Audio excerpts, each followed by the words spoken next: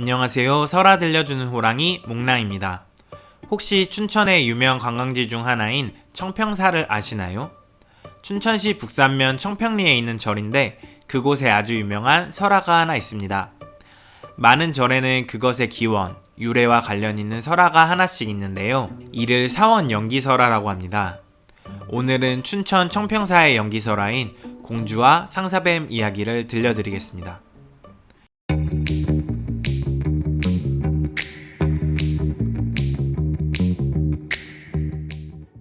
중국 원나라 황제에게는 아리따운 공주가 하나 있었습니다.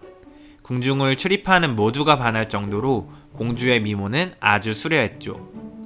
그래서 모두 하나같이 공주에게 연정을 품었지만 신분의 차이가 있어 그 누구도 마음을 표현하지 못했습니다. 하지만 일반 백성이었던 한 청년이 공주를 보고 반하게 되어 고백을 하는데요. 공주도 그가 싫지 않았는지 그 둘은 결국 사랑에 빠지게 됩니다. 하지만 이를 알게 된 황제는 일반 백성이었던 그가 못마땅해 그를 처형시킵니다. 너무나 억울했던 청년은 처형을 당하기 전 맹세합니다. 이 세상에서 이루지 못한 사랑, 내 죽어서라도 그니와 함께하리라. 이튿날 아침, 울다 지쳐 잠든 공주는 무언가 자신을 누르는 것처럼 몸이 무거웠습니다. 이상함을 눈치챈 공주는 눈을 떠서 자신의 몸을 살폈는데 자신보다 커다란 뱀이 자신의 몸을 감싸고 있었던 것이었습니다. 기겁한 공주는 소리를 지르며 뱀을 떼어내려 했지만 뱀은 꼼짝하질 않았습니다. 황제는 그 뱀을 떼어내기 위해 점쟁이, 점술가, 의원 등 수많은 사람을 불러 모았습니다.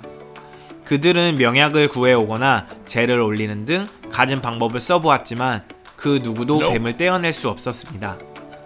그렇게 황제와 공주는 최후의 수단으로 부처님께 기도하기 위해 중국의 유명 사찰들을 다녔습니다. 하지만 그 어떠한 사찰에서도 뱀을 떼어낼 수는 없었습니다. 그때 한 스님이 신라로 가보라는 말을 하였고 황제는 공주를 데리고 청평사로 가게 됩니다. 공주가 청평사 문 앞에 이르렀을 때 갑자기 뱀이 공주가 들어가지 못하도록 요동을 쳤다고 합니다. 공주는 뱀을 타이르며 들어가기 싫으면 잠깐만 여기에 떨어져 있으련 빠르게 절 구경을 하고 돌아와서 너와 함께 있을게 라고 안심시켰습니다. 그렇게 처음으로 뱀이 공주의 몸에서 떨어져 나왔습니다. 뱀이 절 문을 넘지 못하여 후에 이 문을 회전문이라 부르게 되었습니다.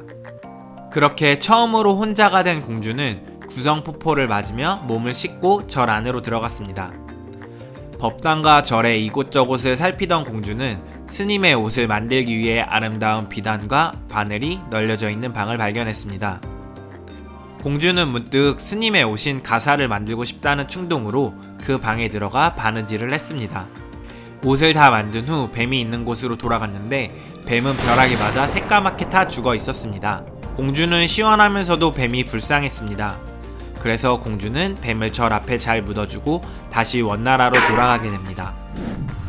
뱀으로부터 해방된 공주는 아버지에게 자초지종을 아뢰었고 황제는 부처의 은덕에 감사하여 이 절에 3층 석탑을 세우고 청평사를 더욱더 크게 지었다고 합니다.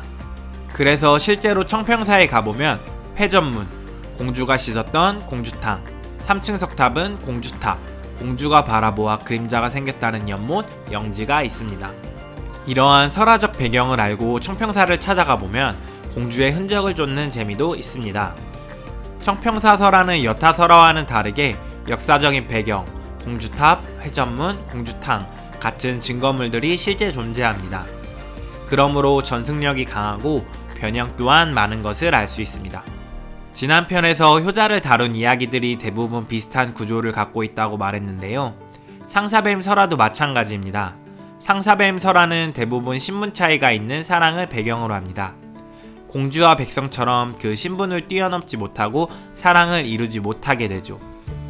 대부분의 이야기가 하층 인물의 좌절을 담고 있습니다. 상사뱀이 되는 인물이 청평사 설화처럼 꼭 남성인 것은 아닙니다. 전라남도 고흥 수도암 설화와 같이 여성이 상사뱀이 되는 이야기도 존재합니다. 사랑이 단절되어 발생된다는 구조는 똑같지만 남성 상사뱀은 계층의 단절을, 여성 상사뱀은 경직된 도덕관을 비판하는 의미를 가지고 있습니다. 상사뱀이 된 인물들이 보여주는 비정상적이고 그릇된 욕망이 당시의 상황들을 비판적으로 보여줍니다. 지금의 시점으로 바라본다면 어떨까요?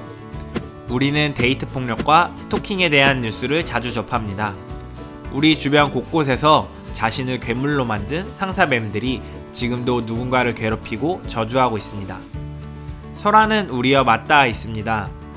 겉으로 보기에는 비현실적이고 황당한 내용이지만 자세히 살펴보면 설화에는 이야기, 그 이상의 것들이 담겨져 있는 것 같습니다.